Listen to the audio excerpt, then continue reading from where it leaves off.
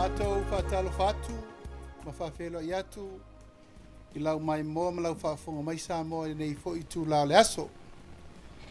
I le mātou taritanunga o loo tū mau, le manuia, ai mai se fo I saonga le mua whi au matiute, ma ngā luenga o loo whenga Yesu tātou watanu u le nei fo I vaenga o le nei aso. E whai uai, ngā luenga sa whenga I mo le nei vai aso. Ia, ele pa ia o sa moi o tūlanga whaalu pēr masani, mātou whātalo whātu le nganga whaalu alo. Taina ne fo I le au whai ngā luenga tutofi le tua, tātou pule ngā malo, ia malo le soifo manuia. Whātalo whātu fo I le pa ia malama malu o sa mo atoa lo lalampa pa o ia tunu mamao. Tā whai fio le lalulangi o mō mai ele tātou whasara launga, ia por tātou por kalamele nei, pa iaso taitasi o le whafola le whala ma le utusitala. Ia mātou whātalo whātu le tūlanga alo. Ia, whātalo whātu fo le paia mana mamalu maulunga o le tātou o tusitala. Tātou whātasi rune iaso, tupu mai, tamari imwhai launga, palitu matausi. Ia tainane lo tō vasenga o le autustusi a wale, whasala la wina o tala isi o tātou tano. Ma lor soifua, whaaftai whātasi mai rune iaso o le tātou maftanga. Ia, e whawhero I atu le mātou laulau nei, whiangari whai pule a puleai, whai matasua, tō whale ngoa matua ia ale vena ale, ia teinane le whiunga ia leota laki, ia marisui o le whanga mwharse la, ia masina lupe, makesi masina lupe. Ia, ele to e tau whaeloina le tātou whaelo inga nei aso. Manatu o tō sirifia ia tau rumanga sa whenga i eile tātou pāle mene. Ma o te lofo, o ina le tau te sauni mai ai e ala le tātou whelo inga nei. Wa lava, ma tō toe, ma tā upu sa tūla mai le nei vai aso, ma le lava i aso. Ia e whai matai muanga o le tātou taranoanga. Natu foi o loo, ia lava tūlanga mai o I o loo tō whiwhisiri mai ai. Tūlanga lava ia o le I oi mata ai mai se fore loto I fale o vanga whao whai. Ia po wheo tati aiso mātou langona. Mai se fo I le tūlanga o le tawawa mea ino le whono, mea lava sa tutupu, o mea ua tutupu, ia ma mea o ua whatūlanga ua whai ngā whono I nai. Tūlanga e tau mai fo I le whono le nei aso. O na iai leo le teritonunga ma le whaafonga mai Samoa. O le anganga atoa lava o le nei whaataltanoanga ma me umasi o tātou atanu ia. O loo malama lama e pei o le susuru mātango fi o le la mea le tau mwhai atu le whina wina. O le tūlanga e ta oto iai upu whai o malo ma le ngase o malo. O leo tātou iai.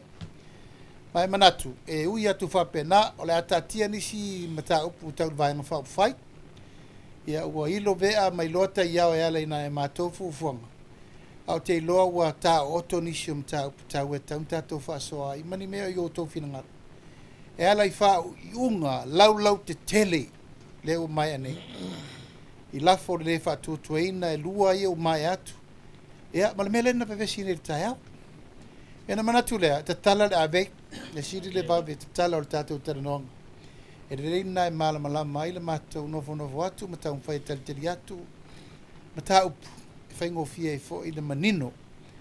Lauto siri mai, ai mai se le whaafonga mai o le tapo inga si o tātou atano. Ia, ai talatu lava no, a mai le whautautanga po le atonu le nisi o mea lauto fia siri mai ai. Ilo mātou tau mwhai le taliteli atu, ma le ngang whaalolo.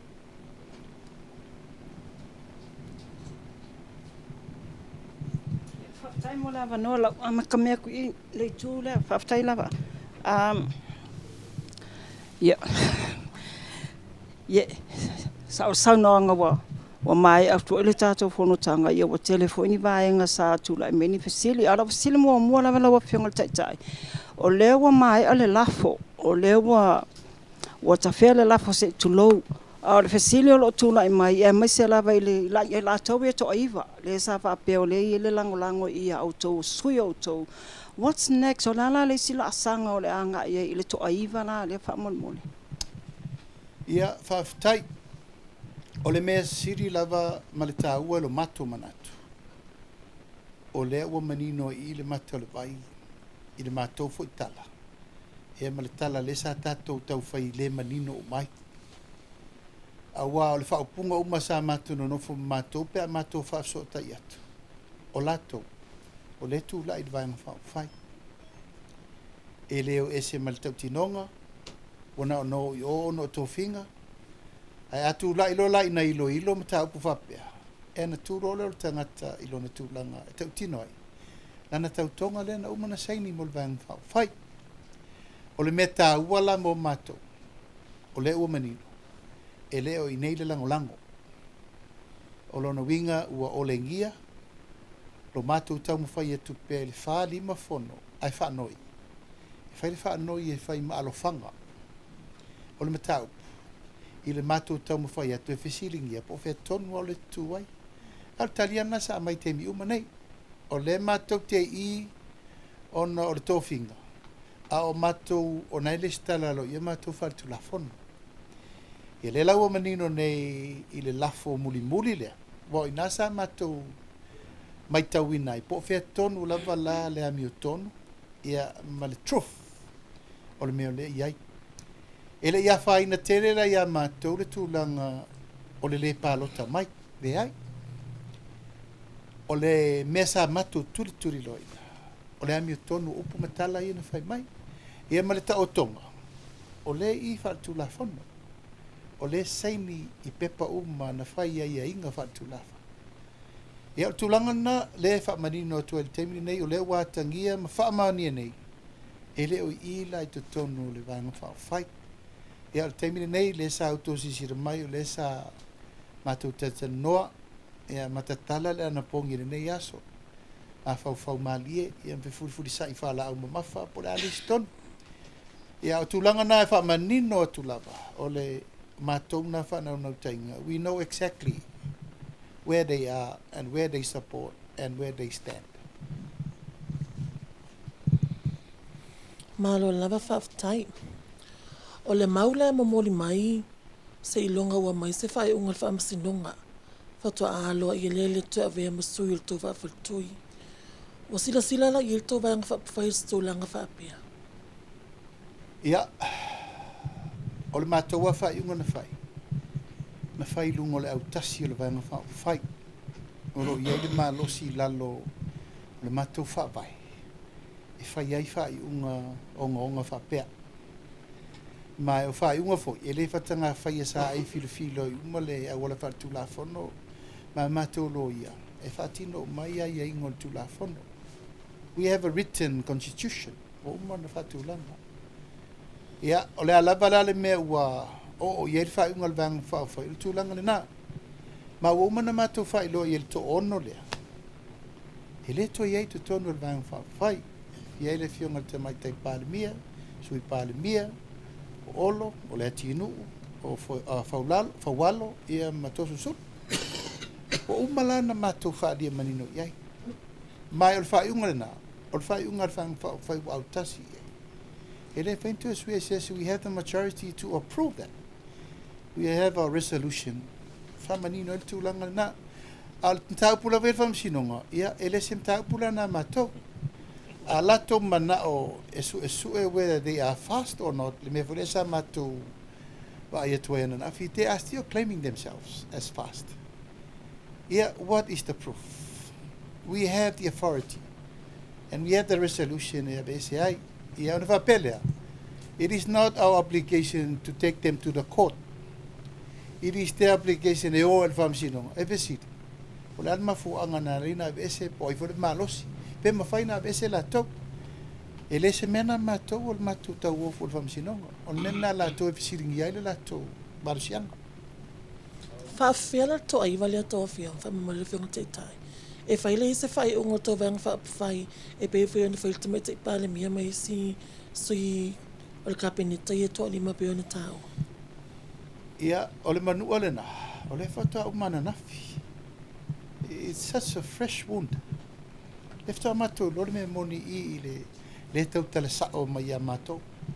Ia a tonu I se temi o luma. O le o fa tu le ma fau le ma fai a inga ma tu la fono le fasa sisi mai. Le sa fio mai na mato lo ia. We have to take step by step. I le tu langa e sa o le fai unga I le temi sa o vo e fai ai. Al tulanga lava ia ua mautinoa they are not with us. Ia ole time comes, ia ona whairo se whai umpa. I le vaenga lewa e sauno e lo fionga te tai. Ai se a ua le whaia e lo i eise whai unga le whawharitui, whamuta le toi e vea masui a wai a lau tō pāti whaupu whau. Pei whanau tō whaia i lesi tō. A foi peno whai atu.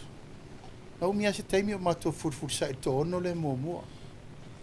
E te tau na mātou a maia umani mau tutu e whai se whai unga. Wai le titin mātou whai unga na whai. Na mātou tā pena o whē whai e. We take the consequences. E ol wham sinonga, we prepared. That we are all covered i mea uma. E o whai lalto iwa lea. O le mātou te whituna, mawawa ai, e a makoleti uma whama o maunga. O le leo mai i whono, o le talapepelo mai o mai, o mātou le i a whele i a leo whatau tino. Lona winga, e iele teimi mātou te whatino ai le whai unga, ai teimi nei, e peona o whai atu. Ia, se i tau mapu i fo le mau ngasu, ma le asu le nata. Ua ta whea lau tō lafo le whatu tuaina. Ta whea le lafo le tuangai o le whatu tuaina o le pālemia mar kāpeneta. Whea le ta oto i sau whina ngalo ma le vaenga tō terele i nei o lau tō whawharetui o whaipule. I le anga i luma o le tātou malo. Ia, mese me tā upu le ta oto nei le pālemene. E peo nei iai le tūlanga fwoi nāri ali mai te tai au nei.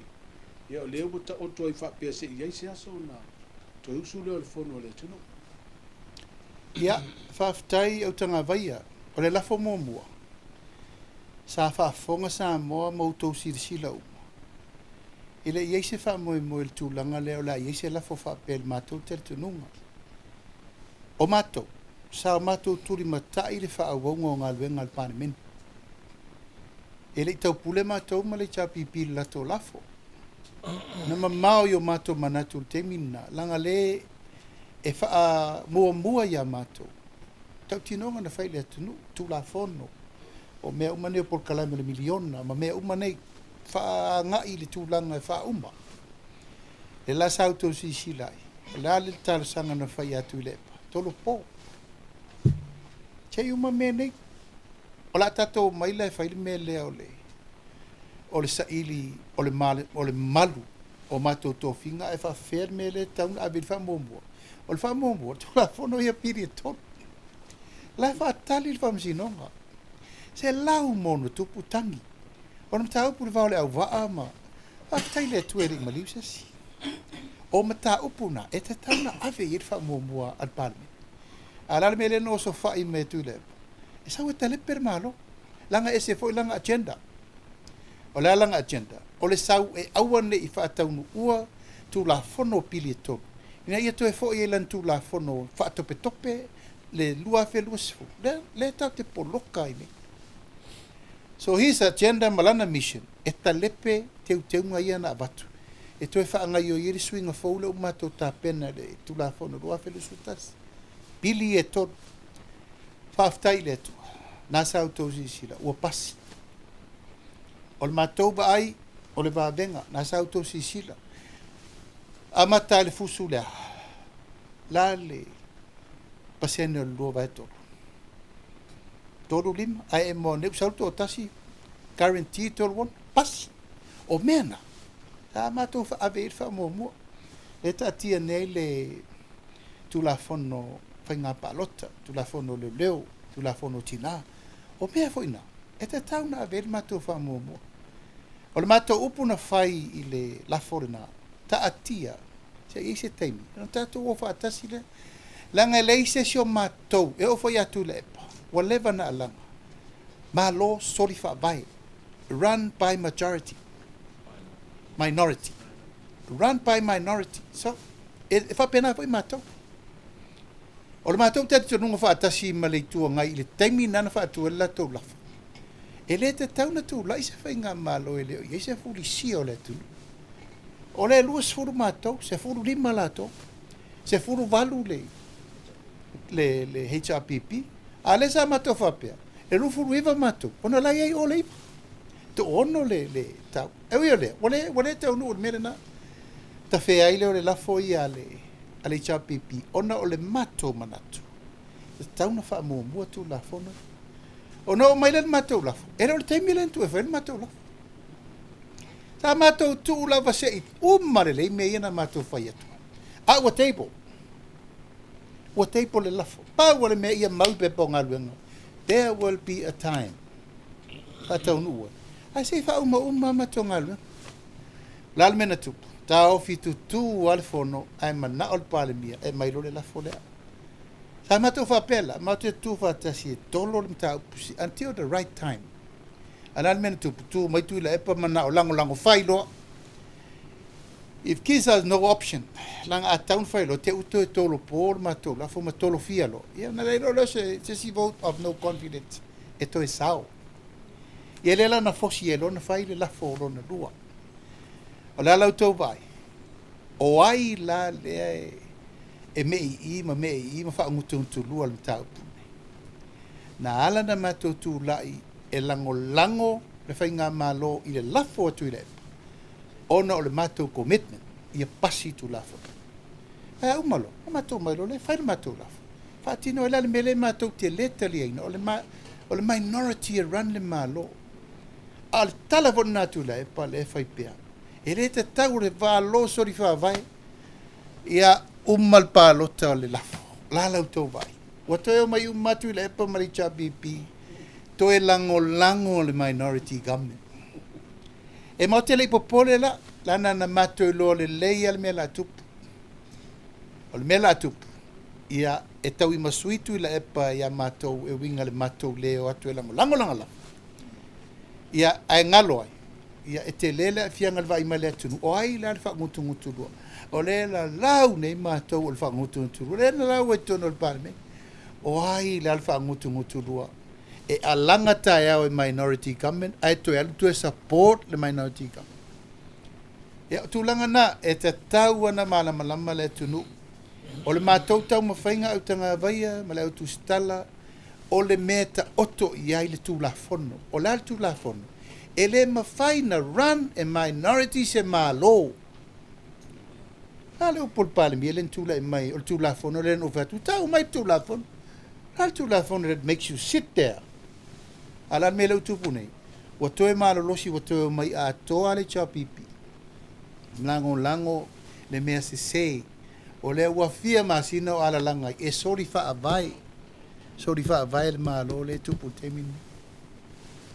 Le ala le si au tau tapenanga le tau te sila iai. Ta whea le lafo le whatu tuaina. E si au tau fuafuanga wa le tau te tau ave le mang. O le whainga malo se vaenga to ai titi.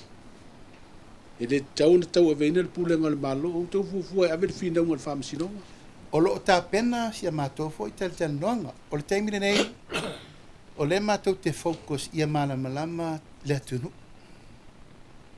Wai le o talia le atunu ul mele alu taimine. Ai tu te whafonga atu. Le matou fetu na ima matou lo ia. O a au wala whatu lafon. O a. Le ua vai mai le atunu.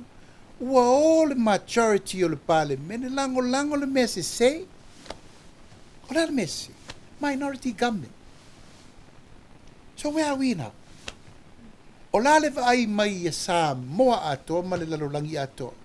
Wa tatou a vele mese se ma mesa. O le popole nga tele le na le alu temine. E le batu tatou fina unga. O la le sa onga sa full percent o lima tasi. Hala u tatou toso se sea. Mathematically, calculation, le lalolangi ato ma le educational. Ele o le na. Ai au mai tono le parlemene o Samoa. E wha mai le mathematical calculation e lima, e wha mai le parlemene o Samoa to ono. Le voina fi nau muli ai nei le lua vai tolu o le 2/3. Pa seno le lua vai tolu. Ia. Wha mai me altala le, e tolu ono. Ai wha mai calculation al fong fetalai. 35.33. Wa atoa la vai no mel ale la vai fi nau mai fo ile tuangai ma le sivael. E 36, o la tali na mele tu. Te ia le oso me tu sa, mau fa ator tu bon. Ia, o la ngona na ai o le lava matou te tapena pena o le meta ua ia malama le atunu. A le fa tu la ngana ia mo le si step atu mo le lumana i po la matou mino i fai. e mātou te le talia ina. No matter what, po le lato malo, le sao, mai le lafo le whaatuatuaina, mātou te le talia ina. Whatever it takes, pe alu le lilifa o le toa tele o le pāle mene, e lango le mesese, e le suia lo mātou te ritonua. O le wha maoni na, ma le mea sa o le na. A le wo nei ono le tūlanga le porokiki. Le porokiki le eanga le na, le tau fufuru atu nei. That's the politics we're trying to clean i tono Samoa. Mole lau fionga tai fono e lua ofisili e fia tu ina atu. I le mata upo le lafo le whatuatua ina o le fonga whetalai ma le sui fonga whetalai. O le fisili mua lau a fionga. O fea le ta o toifina ngalo le vaenga wha upo whai. O la tau sila. O tonu masao whai unga whai a le fonga whetalai la o tau mai tau. I le whaanga solonga minga o le fono le neiva yeso. Ia mala o fisili lona lua. O leva ona SAA mai le nofo le fonga whetalai. O le sasau noa ia le taitai le tuanga i le aso nafi. Whato awa ai le se mea wa tupu. Wa whetotoa ai le taitai o le maota.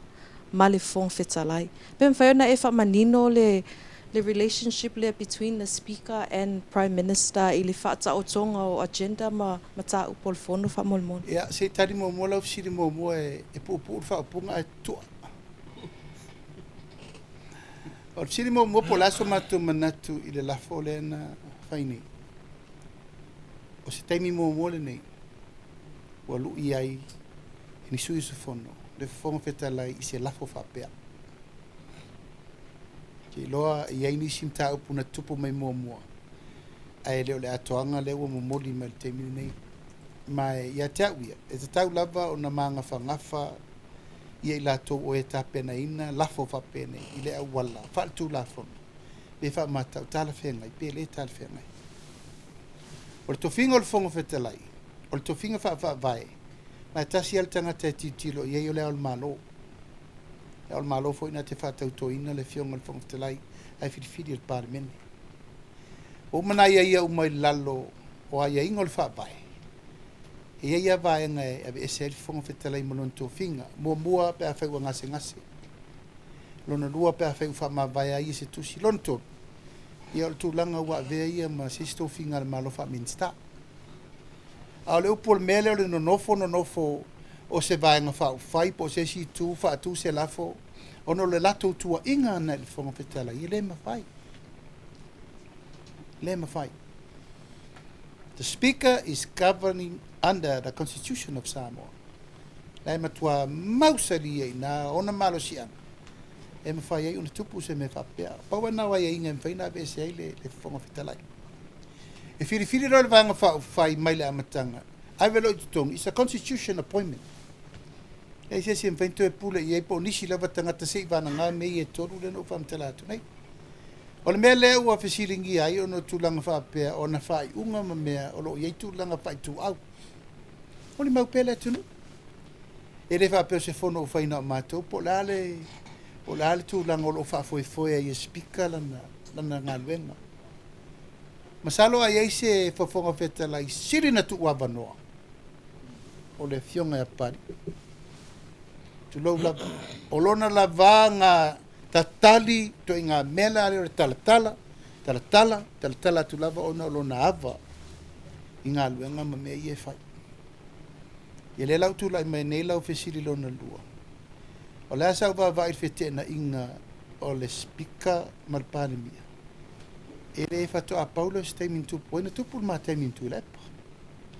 Ai sea, o saule pule tu le epa tala i lalo le whalefonu tuai. Pa malosi lalo ai le se tarianga le mota ma le mau. Nan mena fai le na pisa.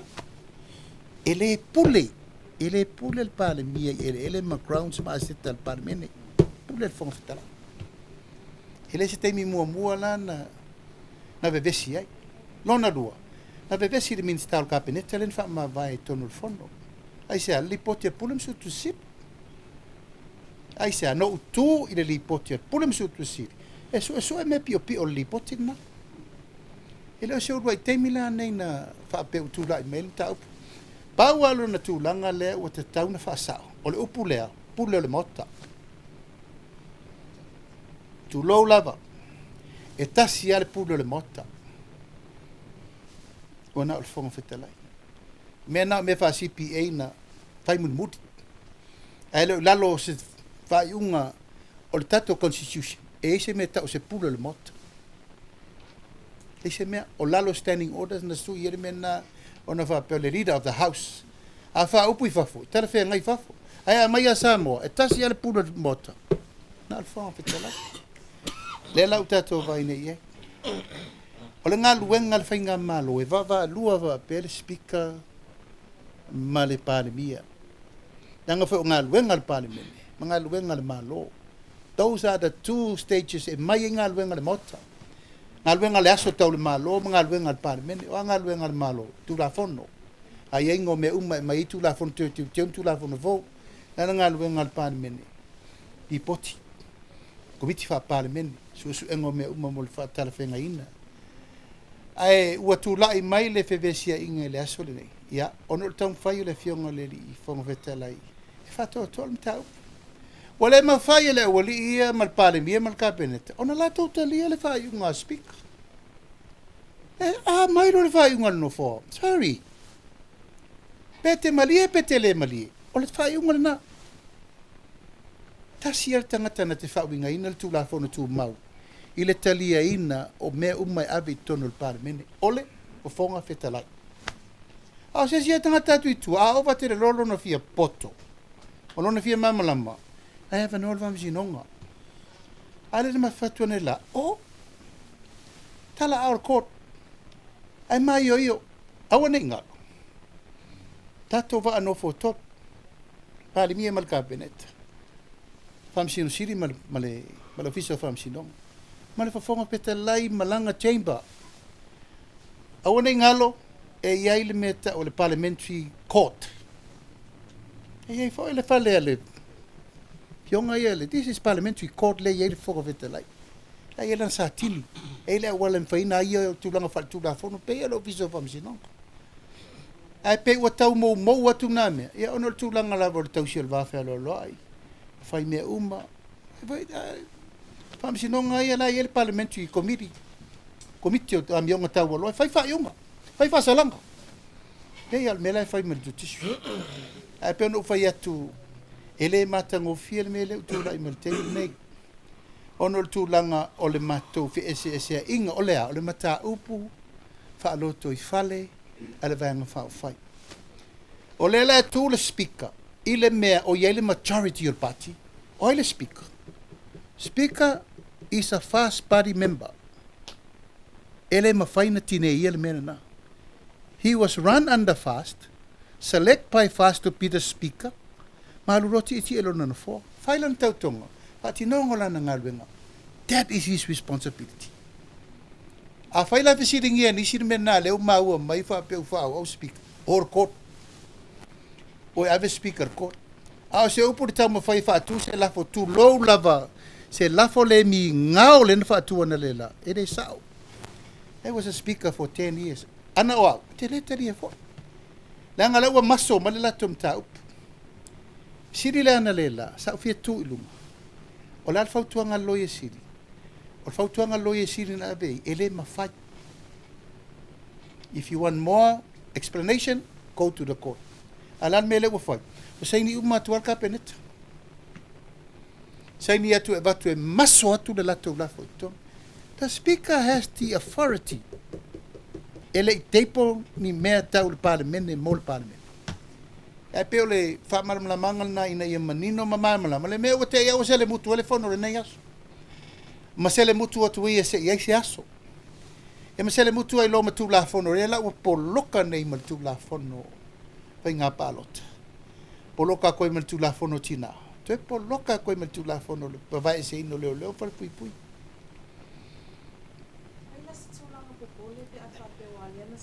e palemia a le talia ina le el tala no ina le lafu e ini si awala le ala to uia ina ia fai e o ise tulanga popole ina i te ua ave ese le fonga fetalai tulo ele mafai Sabrina under the constitution of Samoa ele pulea mai e famsinonga mena ta fonga fetalai there is nothing in the Constitution that say that anyone can remove the Speaker from his seat. Hey, tell of Syria to the head of state. But we're talking about the Speaker. Talking about the Speaker. Say ba na nga wa yai ni si mei tu atu mei no to lau atu ana nei. Pa tol tu langa lava ia ele se popole. Tu lau lava ia matou ia Paul matou mele fa temi nei. O le matou so soni lango Speaker ia maulon to fi mali. Malono no to tele fai ai pela na. La no mele na vatu nela. Let me tell you this. It's a plan.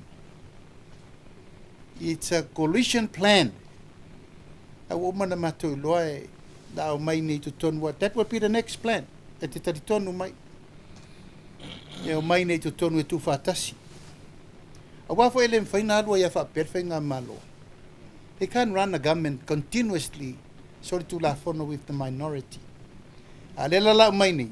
Fa ngali cha pipi ale o tato vai. Le o fai poipo. Le o fai poipo. O la le vai mai sa mo ia matou nei na o mai le fast. E sui le malo. Tu low lava le o toi fo tu low lava o toi fo i le pusi i lana sa uninga na fai. Fai pe o le mafana fana o le ai noa le toi fo i. Ona le o le se alo fanga. Ti nana si la fia e tu la epa e se le mea lana pese ai o le soli fa vai fai nga malo a le o toi fai. Le foi la o ele la tu la o ma tu lo fa pe e vatu le fonga feta lai i le chapipi e fatu maul parmia i se si la sa moi na mea le ta po i le tunu o mena le e fai vai o tala e le ama se me lilo ma le o fufuanga na le o matu langona la fo i na lono mai tangata na nei o la fono te mina isn't that be affiliation level my nei stop party hop party to party that's what you call coalition if I alu lo tangata individually that's party hopping ola vangana ole join party ola wo kongeki o le party te joining the party now e fa masino pele tunu o matou te matai tu le lei tilo le lei vai leina but because they are not resting ala usa no e ia isi la sanga good luck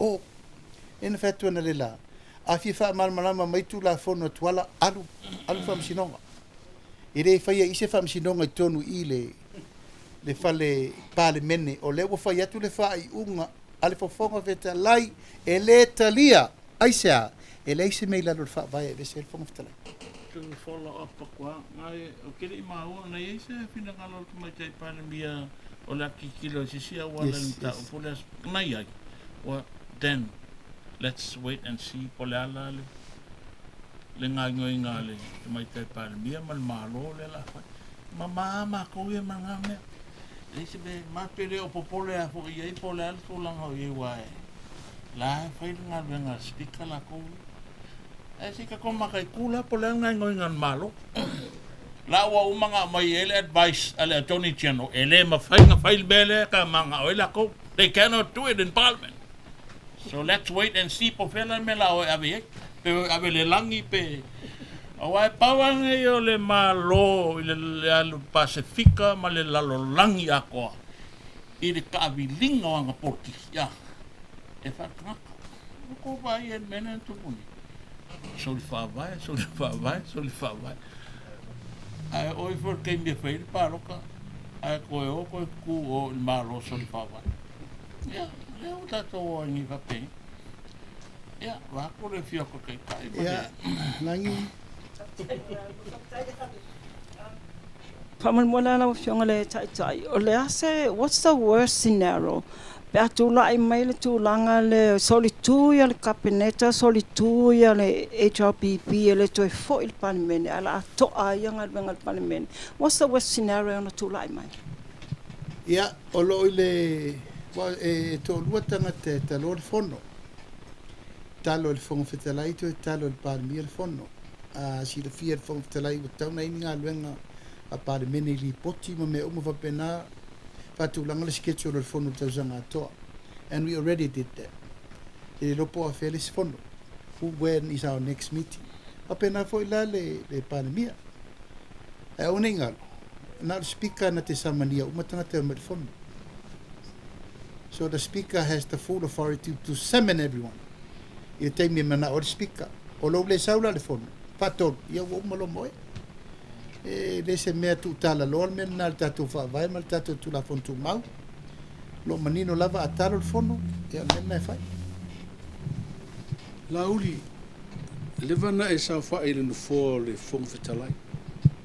Ma il temina e sui fong fetalai e se yo na e pale atu le fong fetalai. O lewa e saundo ne ye ai vaenga e mafua anga i lalo tu la fono. E fa se e ai ma fa mutai le fong fetalai. A le foi te saundo mai e matua le ai ma se le fautuanga loia si. E matua le ai ma se ai ai ngai lalo le fa vai. E ma fai ai se tūlanga fa pe se lafo. Ona fa muta le ngalwe ngal fong fetalai ma le sui fong fetalai. O lo visila ai se a. Ai se a wa tu tasi ai fa pe le to finga fong fetalai e le ma fai ona ave ese lalo ai ai ngol fa vai. Ai o le sui fai pule sa fili mai e tangata o le sui o le tu malo. Ia, o te loa e le lei lava lau sisila le whaavai au tanga vaia. Te loa e tauna e sisila. I will give you the clause after our discussions. E o levo i le whaavai te mwhenta ta koufu whaatasi ei. Nā tolu a vaenga ne no watua. E whiri rao le whakapeta ina wa uma mai whainga pālo te se tangata wa autasi. E whatau tolo. Lana ngā luenga na mo le lima tausanga atoa. Pāua awala e mawhaina a vesei. Le no whamatala atua. Mua ua ngase pe mai polasi stulanga. Lona lua o le tūlanga ua ese lona tofi ua veia ma le tūlanga Family Star. Pe whape ua ese ia le. Ia malon tō, lor whama vai mai. Pau ana o wala la ia. E mawhaina lo ese le speaker. Ale asa ua na auri pe a whai aria ni mai se tūlanga ua furisia sui mamalu o le parlemene. I le la tau mātau. Wa leo nga tasi le futia ma le umele le whātinonga o le tiuti o le whongfitalai. Ona ua pito tasi po ua whaitua. A whai lo te whatu e te sira le whāpai. There is nothing in there that's allowed there. Wa e whai tūlanga o le whaitete, mo le fursia. E lo se me whapea sa kiwa atoa. E le fursia e whai me leanga. E fursia la matia i whai unga i whai.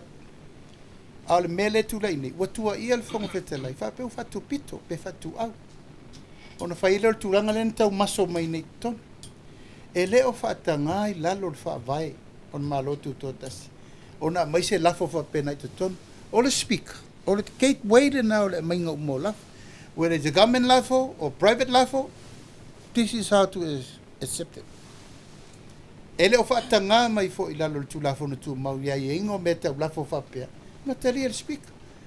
Dat e fesiri mo mua the most superior tulafono. O tulafono fa vai.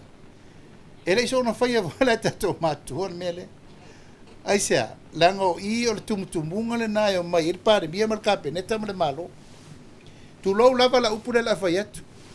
O pawa uma lairi a aole malo. It's vested to the speaker. O malo si anga laile aole malo. O lewa men no fole. Ya ia me la iti e la ilungo to ina no te whatonu ai me sa ngingo tu la fono mai si me. But the power of the head of state e avai ele o le whatum tu mungo o le assembly, legislative assembly samo. O le malo. Ar speaker la lea e whai matangata o whafoifoina uma e wha longo iai le executive, prime minister, cabinet, members of parliament and the speaker. O le permanent na o le al malo ina se e mbelo le lalo e to ina le fa so nga umale fa ngol pan Sa fesiringia lava e le tamai te palemia.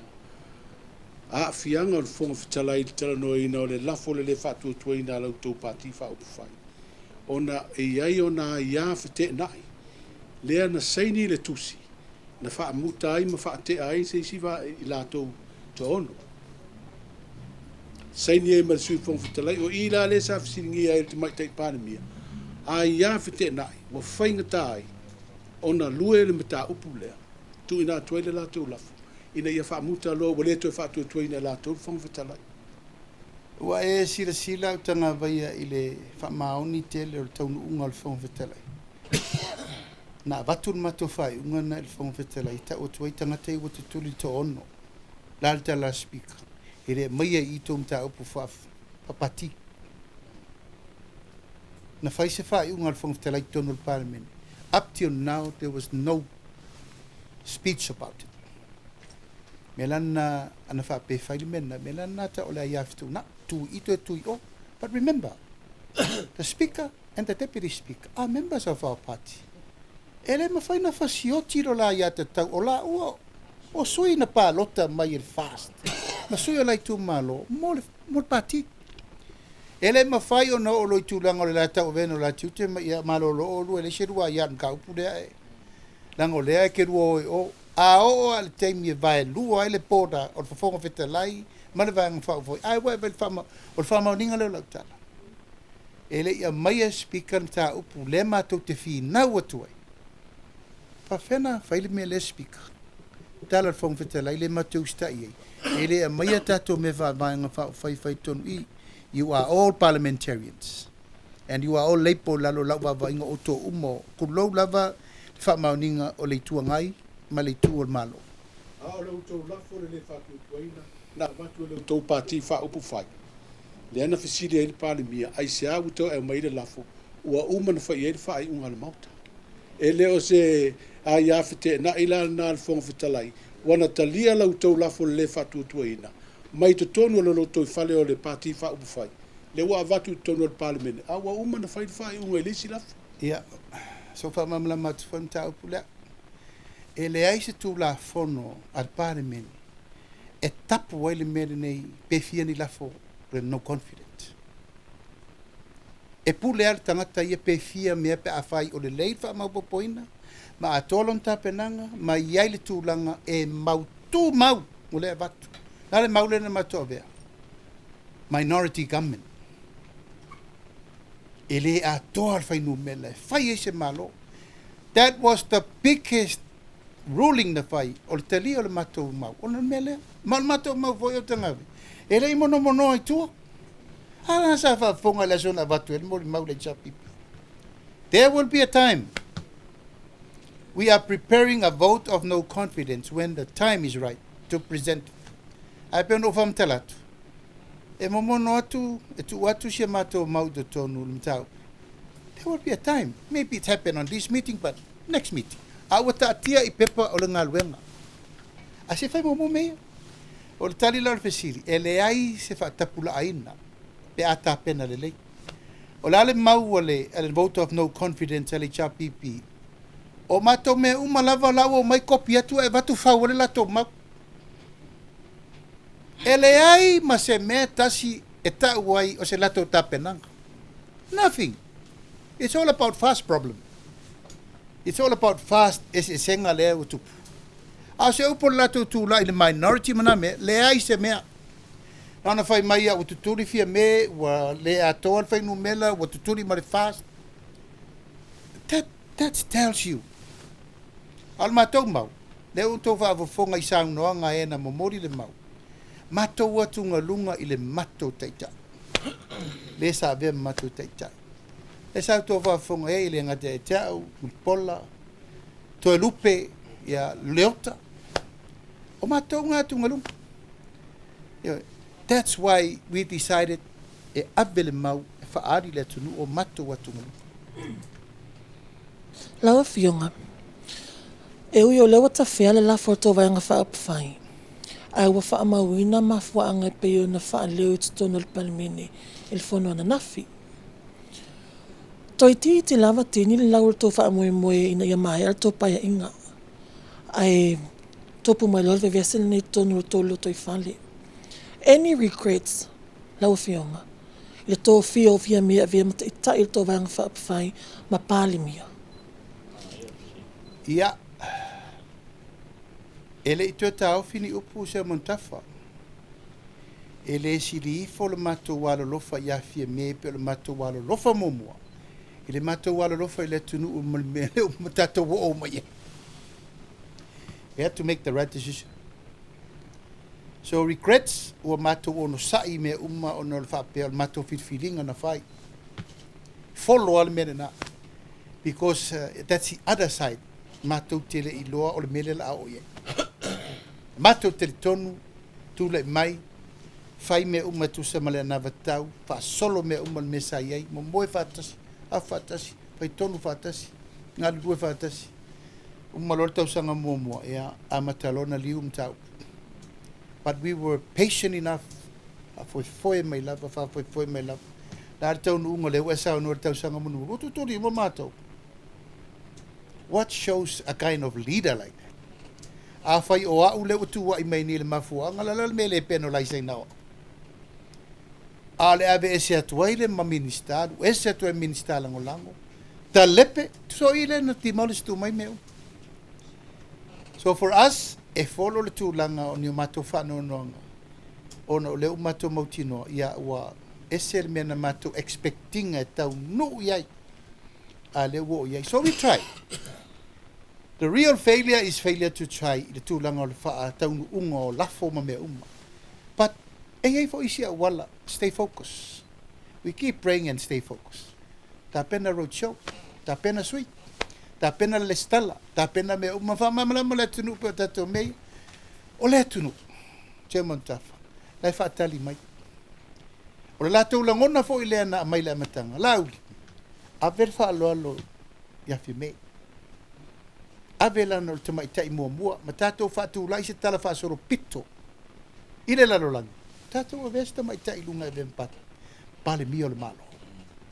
O la me leo mato yeni. Ya leo tu fa fonga isa no ngasu. It's not from me only. Leo tu fa fonga. Mai le suita mai tai ya mudpola. Hio ngai aleota. Ale. Ya fuyono. To ina la esa fo fa inu umaviong. The real cause of the problem. Ya le kua I mai o la ufa masinonga ma le charging o out. No, it's not about that. It's not about my case. Le au o walu le wa mai mata pura hit and run I lumo e fai ma alo fanga fa pe o I le ma fu I me umo le unsolved of that case. Ya le la wa fia toi. Ala we lumo fa masinonga le mata but I lau fa vesili e o mi lalo le ono sa I we have to take because it's our decision that we select her. But ele ngata inal matou fa moe. E sa ili pele awala. E sort out tel mtau. E fa umalelayan no foing. E mena matou pepale na avele tunu. Ma le matou tonu it's more than 90% wo uman fatino. Pe pawal mele tau to sale ula. La wole amaya. Ya mar paloto tangata mai fafo. Me lau te tele na lefa atali terminate ma boundaries to e vai ai tu malo ina ia ave eser mele tupu I falfaleata e mafai ona e palota aile mafai na e alu palota urban seats ma me mo fa pena le la fa tali nei ia le la polok e pe ona e sauno ia e inu le ona ai va ai le tunu upo femba wel mapsanga molato O hani le sona nga o le whawhita ulini o maua mai mo le tō vaianga whai mo le tāpena atu le luanga I luma. E tele tu e te tau on lio ma toi fai fa lei o le fa marusi o tu la fon le nga ua malau le fai tonga fiti o le pol kiki palpala e sao ai me valea ale tatu o temini. What are we now at this very moment la e run le malo minority le tunu I le temini nei na le tatou me taun fai, tatou va ili lei, fa tulangana le tulafono fa vai ma le tulafono tu mau, ma le tulafono fa inga balot. Tangata lo wa yele minority, tanu malo lo. Ael temini nei, ya, la fai fina unga lo, ya po a interpretation. La fai temini nei, a wata tauna fa asasa o le spelling o upur tulafono. Straight to the point. A mai fa upungo tulafono e fai yei me sao. Secondly, what is the percentage? Ole me mata ngana ni no fo inga. Ole lo tatou fa senga le me sao. Fa tulangana matai tai se ele tunu. So la ofisiri la mo fa tulangana mo no mana e tatou na to ta penal ano fale.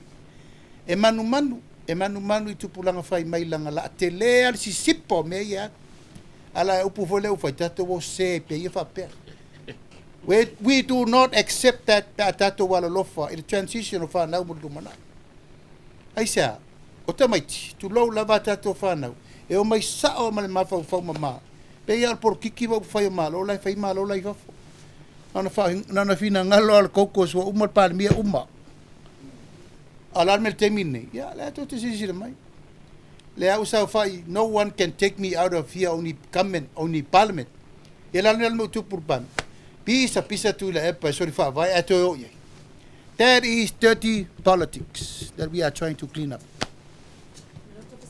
ni fa mole lava na mawala va no male il sui panemia mai sono fina ngalo mata upu o le mana o tuala ia fa ava no lo el fonga fatalai no foa fatua mai alfele felo ingam tuila ipa o le mana o tuila ipa ia fa ama vai lo le fonga fatalai ono le wo yel masalo le ala to fa tuanga i le fonga fatalai o le matou teretonu o la lava sanga tonu le fonga fatalai ilana ngā luenga o tau si lai sauni ngā tuila epa na fa isi fonga fatalai momo. Have you examined that? Yeah, I don't see fear. He controls everybody. Te musu te watu i. Me ane fa pewa ti ngasi fina ngalo e ta mama tu malo lo manu malo mal tofir fong fitalai. Yo, I'll speak alaba ia pe na ma pefu ai for telo time. I stand on my grounds. I was the speaker of Parliament. So if I al matau tu alalo fong fitalai. Ye onu sai. Mai fa pale matu ile tu al tapa sa fe ngai o e male tau tainga al fondo al parme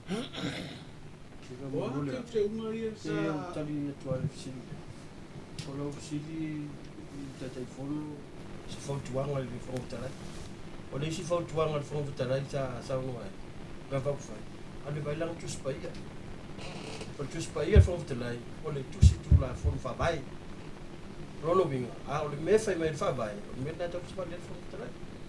Ai do fai mai o fa vai le ai. Ai yo le spa, rono vinga. O le fa vai, o le lima tai tak ni le na vinga. O le fo tala, man pa men a to sa. E fisi le toala o fio te telefono ma te ta. Wa te unga ia tau fa au fia tu ele i tua ngai lau tau lafo. Le sa u tau te ena. Wa ele folasia i luma mea. O a teuteunga nana pisa o teuteunga. Ia po a teuteunga. O te musu te rewind tua tala. Tu lau lava. E whelava tai ese. Ke loa au tu e tali e tune. Ia la tele ia leo le bebesi. O mea umayena matou abesea. Wa manao ia tu lepa. Mate joint. O mana fai lana lafo o le talia na mana le matu join. Fatu ele ma fai tato join ele sto lafo le matu lafo. Matu tele mana na e vai mai le tunu. O le matu lu se fu matu join matu le. No. That's the last thing we ever want. Na laina matu tena. Au te rewa matala tua la tau mauna mai. O la tau mauna mai au tanga vai e whelau laua i se ese. Pe mai isi e mau te whaial tūlanga o le whata apel parliament, e fe mai isi awana i whata apel parliament. Ai umane, ufo manao e umai whata apel parliament. Ia, nā lailo na mati whata whai. E le ma whain tātou tū whata si o le tau lafo ua wheo. Whailo ma uma ale na whail tonu muri lava i no futusia me maloia. Pātu ale, o ale sa messenger. Sa alu e whsotai, o te le mana o te whsotai, ai ono le whapsot mantua. Ma te lei whapsota ia le latou lafo mua. Au latou lava na tusi the speaker. E vatu latou amendment le lafo. So we did not invite them to come. Ma te lei valauria o mai. Au valauria o mai. A saul me muri o le atal suru leo. Wa choit. Fat oile ai la ele choit tato. Ia lentu wailo e o. E popole. Lango lei le malo le majority. O lei nei le majority no matter what. No matter what. E fetuna. E toi whiriwhiri ale si tai o le fast. So they are scared of that. O leo pusa o na lensa o noai ale. E popole le mena na. ia io lea ua te ale taimi le lafo ua tafea le lafo ia o le tulaga lenā pe ona ua faamamala matua e mau te le italia ona ua manao nei mau tutū faatasi e lē matagofia e lē vaia matou supporters ma le atunuu matou toe manaʻomia se latou fesoasoani ia matou no we rule the government and win the election by us na matou manu malo mai lava o matou pe matou te toʻi lalo foi la pe matou te malolo e matou malolo a ua naʻo matou and that's integrity manino lo finangalo lo fionga te tai po lo fionga te telefono le i le vala lea lo sini muli ai le lafo le fatu tuina e ui ua tafea o mala fo e lua o ile to pare mi le sa tau fo e fatu pe ana fa pe sa ofia lo to lafo le fatu tuina wa sa fsi de toi foi ni se tatu feloinga la esa tembi de sa fai to filter ai au ila sa to fo e fatu e vem palmi ta matou faatale le musumusuga le atua e lē faatagata moni tonu o lusu faitu lana le sa pape o on ta over 24 hours matou mai lo la e fai le retweet within 24 hours ma fai ina nei pe mai ho la fau sesi pe fia pale mia sesi no o le me mafudi e mal vaenga fo ni to lusu e la ia ma sesi va pe vale ton fili mai lungal le si tai o samo o puna no fai e laso fili mai le tua le si tai o le tunu i fa pe sta to finga fili tato e fa tali me le tunu ta po mai samo ai God will choose another leader o le me le alu le temi nei tato fa tali po ai le si to finga le tua e mai mo samo ya mo le atu fa tele ata si mai nei aso ia mal o tato tu stala au tanga vai e te alala mai o le fai pude e o ta sa o tu la la ngo le fai ar fai vo matem tenga e mai tangata se o tanga vai le saundi o le matou te fa te atu le tato mota nei io ngal mana tu ia ta pito palo i fa pena foi se montafa io ia me se foi pa ia malu no sa o te mai ta io tato ainga after lo to afio mai after tele mai o ao ia o a foi ni tali wa batu ia fa malu watu fa le tau nei lo to fina ngalo le tau fa ia te fa pulpula fa mamlama ai ta sanga tu tu stal tau mana ai le stene le na fsiringi am ta puen sa no ifunto e wole sa ai sa fa tele tu email le gate runner ma le stock exchange agreement ma fa se la e kalpa povi no fietera no atu mena e ala na wole sa ala fa ngai se tato tu le sia tato fontanga ian tato fa mamlama langa o le AVCC e lava na tala e tauna fa malamatu ai fa aftai fa malo le fio mai tala mai au ia fa pa ia tu sa mo le nei tu la laso aftai fa vano ino to temi to te sisila mai ai mo to fa fonga mai foi se matu tom fo yatu ave fo le nei avanoa ma to te momoli atu ai le nganga fa aftai tele ia male nganga fa malo i lau tapo inga ia o alo le pale mene o sa moa i fontanga matou therefore nei avanoa su atuai vai malu i puenga ia po le asa silasila i le sou ma le faigata o finagalo manatu ma lagona i le fonotaga a le palemene ia e vatu lava le agaga o loo taula atu inā ia le galuega e maise le faatinoga o lo matou valauina auā le tautuaina ma le taʻitaʻina o sio tatou mālō ia se upu na laavale po se tu ma se aga na lē tautamālii lau tou sisila ia matou asuasu atu vai malu i puenga le au faigaluega totofi le atua i taʻitaʻi o ekalesia i so se fatafaitaulaga o le matou tatalo i outou manatua le palemene o Samoa ma lona mālō i outou tatalo ma outou tapuaʻiga e lai se si mea tatou tutua i ai o le atua o le tatou malu apapa o le olo e le soloia o le maa e lē maluelue taula i ai le sa folau o Samoa i upu fai o mālō matou talo ia nonoa pe manu maula le ula ia wale manuia o Samoa nei mataeao ia famanuia atu le paia ma le mamalu maualuga uma lava Samoa lo lala ma papaao ia tunu mamao Ia mai se foi tau lumanga o fe au mtiu te mga luenga o lo to fenga iai. Whaftai lo to wala lofa mai i le tunu. A vea fo nea vanoa e watu aifa manuianga. Whaftai atu le tusi wala ulia na mai le tato maftanga tina o ao le kalisia. E whakasa wha malofa i le whaipa. E ale le mala le watu. Pula male mamala. Ai mai se le whai la. Le watu. I to tonu o le tato lau mua i papauta. Teine o le papa. E whale o le kalisia. E tua i le kalesia malo mo whanau ma le kalesia.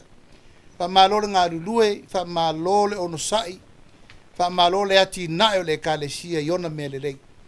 Watu ai le whaftaili te whono le rawa whono, ia ma le maftanga ati nā o au ato o le kalesia whakasa, ia vi ia le atua wai uman manuia le ngā luenga. Wha maluru atu, o le whatasi atu ai whaftai mo le tusi walauria, mo li atu se mea lofa whatau wa awa le tatou maftanga tina. Ia, manu teleina sa moa malau whasa usango le nei fiafi, mātou walo lofa tele atu, tatou tuela i whera i fo, i le isi tatou polkalame, i le asfareile mua, i le lofa malanga le reiu le atua. So i fua, ia mai manuia. Sili.